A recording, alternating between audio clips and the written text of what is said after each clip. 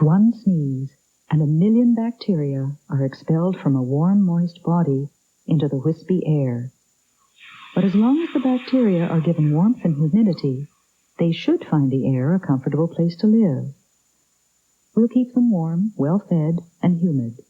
However, before too long, this experiment could get out of hand, because in 24 hours the bacteria would reproduce and equal the mass of the entire human population. So before we become swamped in germs, we'll end the experiment by switching on this ultraviolet light.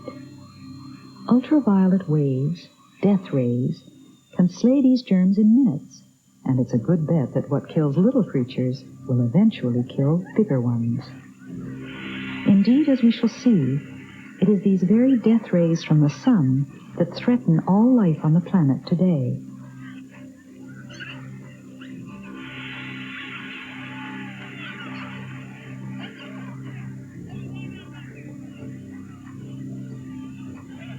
But to learn how life has been protected from ultraviolet waves, we must turn the clock back 4 billion years, long before germs or any life form existed on the planet. During a period of intense volcanic activity, the Earth's crust was formed.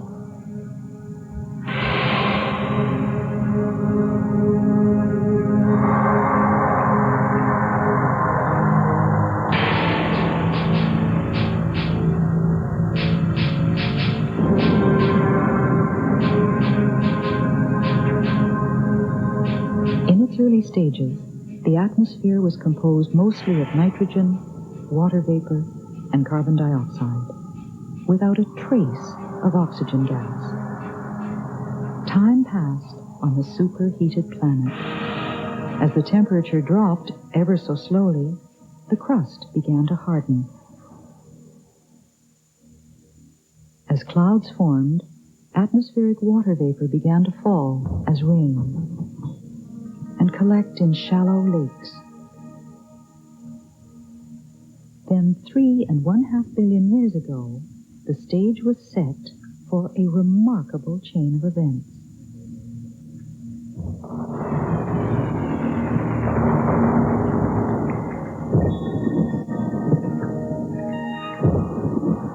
The chemical ingredients in the water were stirred by earthquakes and struck by lightning. In these sun-bathed waters, simple molecules were fused and shuffled endlessly.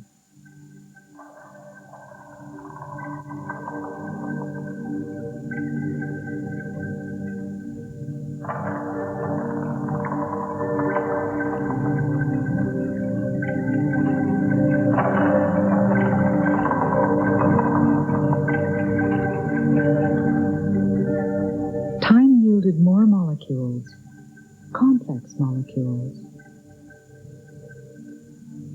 until out of the chemical soup sprang molecules that made copies of themselves. This was the dawn of life.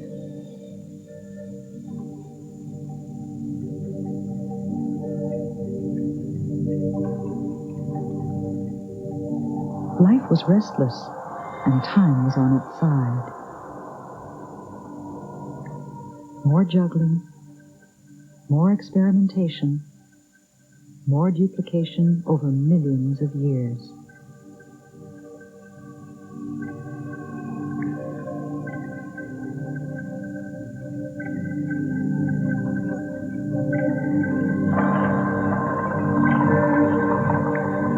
Through trial and error, there evolved many single-cell creatures, forerunners of today's plants.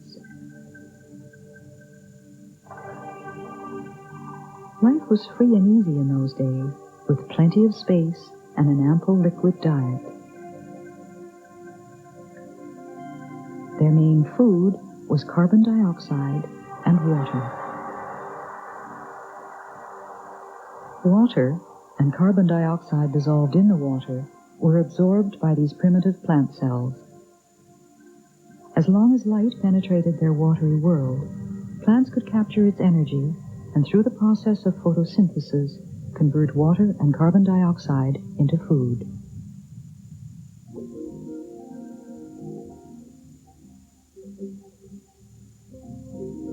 Let's look at the reaction inside a plant. Carbon dioxide molecules combine with water molecules to produce sugar and oxygen. Sugar was used for growth, and oxygen was a waste product.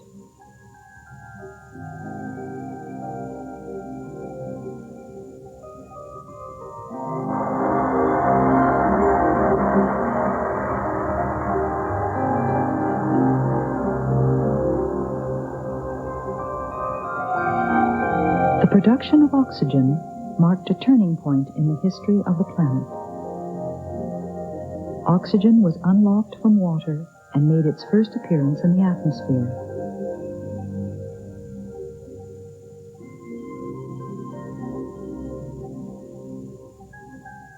For another billion years, these marine plants continued to release oxygen, and slowly the gas began to build up. Those were the good old days in their water beds, but trouble was brewing. As plants nibbled away at the carbon dioxide, they continued to pump out the waste product, oxygen.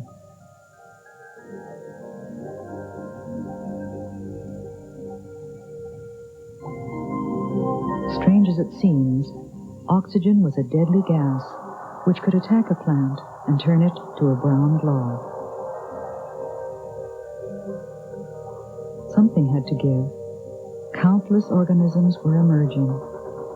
Countless were brutally rejected.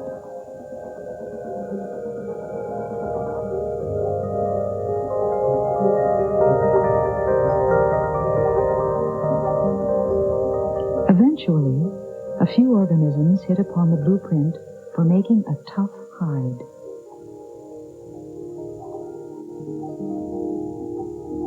This hide, or membrane, protected it from the ravages of oxygen. But still, a small amount of the gas was permitted to pass through the membrane. The ability to regulate the intake of oxygen is called breathing. And the cells that pulled this off were the first animals. But why breathe in the first place? While it might not seem immediately evident, animals must take in oxygen in order to feed. Now, animals can't capture the energy of light to make their own food, so they set their sights on the plants and hungrily homed in on the sugars which the plants had produced. Not a bad meal ticket. When the animal takes in oxygen, the oxygen releases the energy stored in the plant's sugar. The waste product from eating the sugar is carbon dioxide. Obviously, some of the plants were going to be sacrificed, but all in all, it was a good trade-off. The plants provided the animals with sugar and oxygen, and the animals, in turn, supplied the plants with carbon dioxide.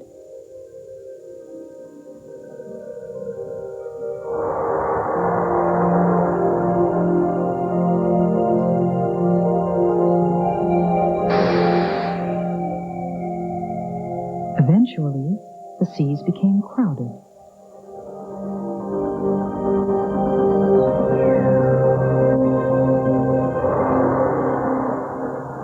Yet prime real estate above the water remained vacant because both types of organisms hesitated to make the big leap into the bright light.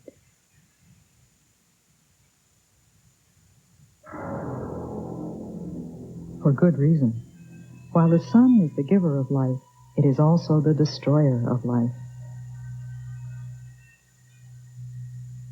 The sun is a nuclear blast furnace that pours out different forms of radiation, or energy waves.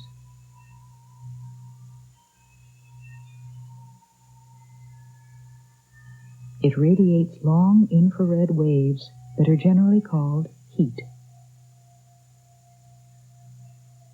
Though we cannot see infrared waves, we can detect them with our sense of touch.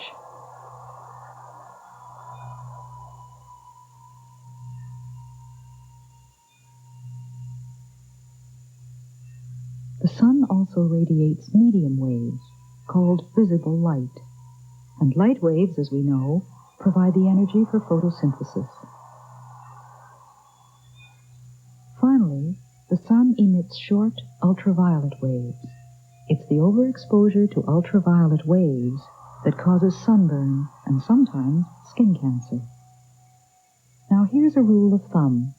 The shorter a wave, the more damage it can cause to plant and animal cells. While only 7% of the sun's energy is ultraviolet waves, it is these waves that are dangerous to life. Which explains why primitive plants and animals didn't leave the protection of the water 2 billion years ago.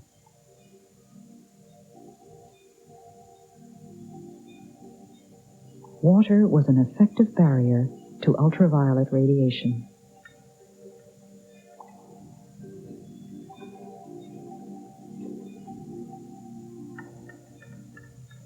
Without the protection of water, any creature testing the air would have been zapped by the sun's deadly radiation. Ultraviolet rays would have scrambled the cell's internal chemistry, a sure way of frying any critter. The occupation of land became possible when enough oxygen had filled the atmosphere to do the job water had: guard life from the deadly effects of ultraviolet radiation.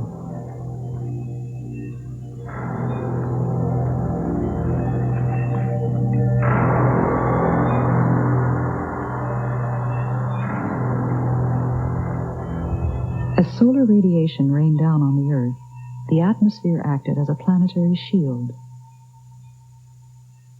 Life continued to enjoy the benefits of its protection.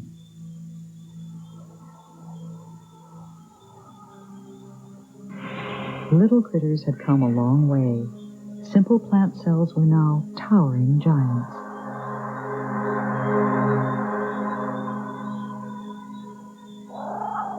Simple animals grew to gigantic proportions and remained as hungry as their primeval relatives.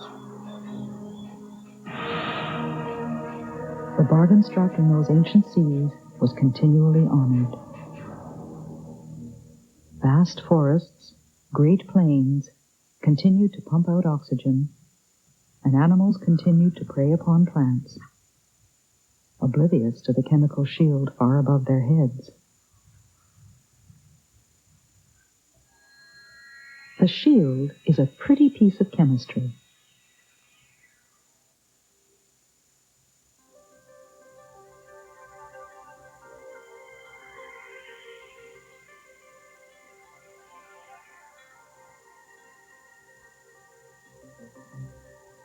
Atmospheric oxygen is composed of 2 oxygen atoms. Logical reason to label the molecule O2. When an incoming ultraviolet wave strikes O2, the energy of the ultraviolet wave splits the molecule. But the lone oxygen atoms are eager to link up with their own kind.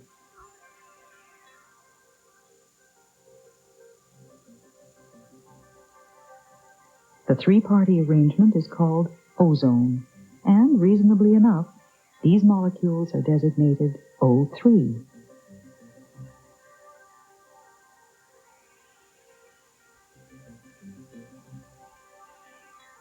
Now we have another ultraviolet interceptor. Incoming ultraviolet slams into ozone, and because the ultraviolet wave is intercepted, it doesn't reach ground level.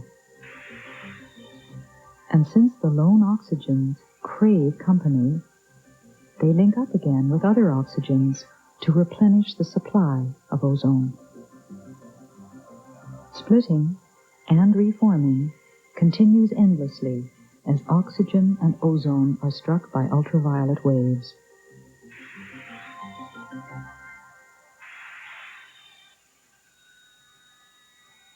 The screening of the death rays occurs in a region called the oxygen-ozone layer, tens of kilometers above the surface of the Earth. So it was that the presence of oxygen and ozone in the atmosphere about 1/2 billion years ago, permitted life to venture safely onto the land. The oxygen ozone layer screened out most of the deadly ultraviolet waves streaming at the planet, and it still does today. The shield is nature's fail-safe engineering, permitting all life to flourish and go about its daily routine in safety.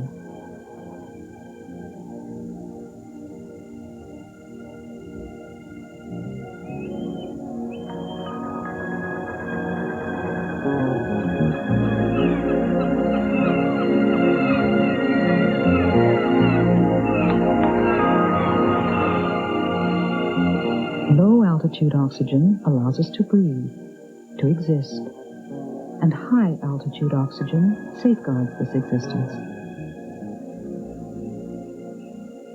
Without primitive life, there would be no oxygen. Without oxygen and ozone, there would be no life as we know it. The exchange of oxygen between life and the atmosphere forms one of the planet's key chemical partnerships.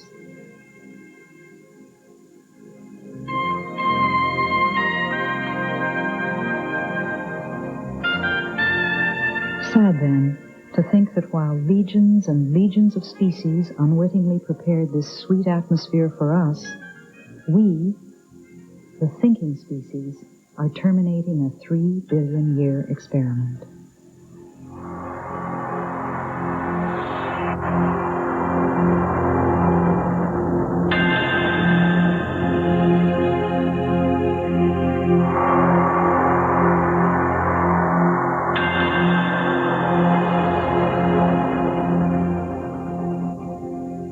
But maybe all is not lost. Could it be that these germs will return to a warm, safe refuge and await another billion years to test the atmosphere once again? Only evolution gives no species a second chance. Humans will not pass this way again.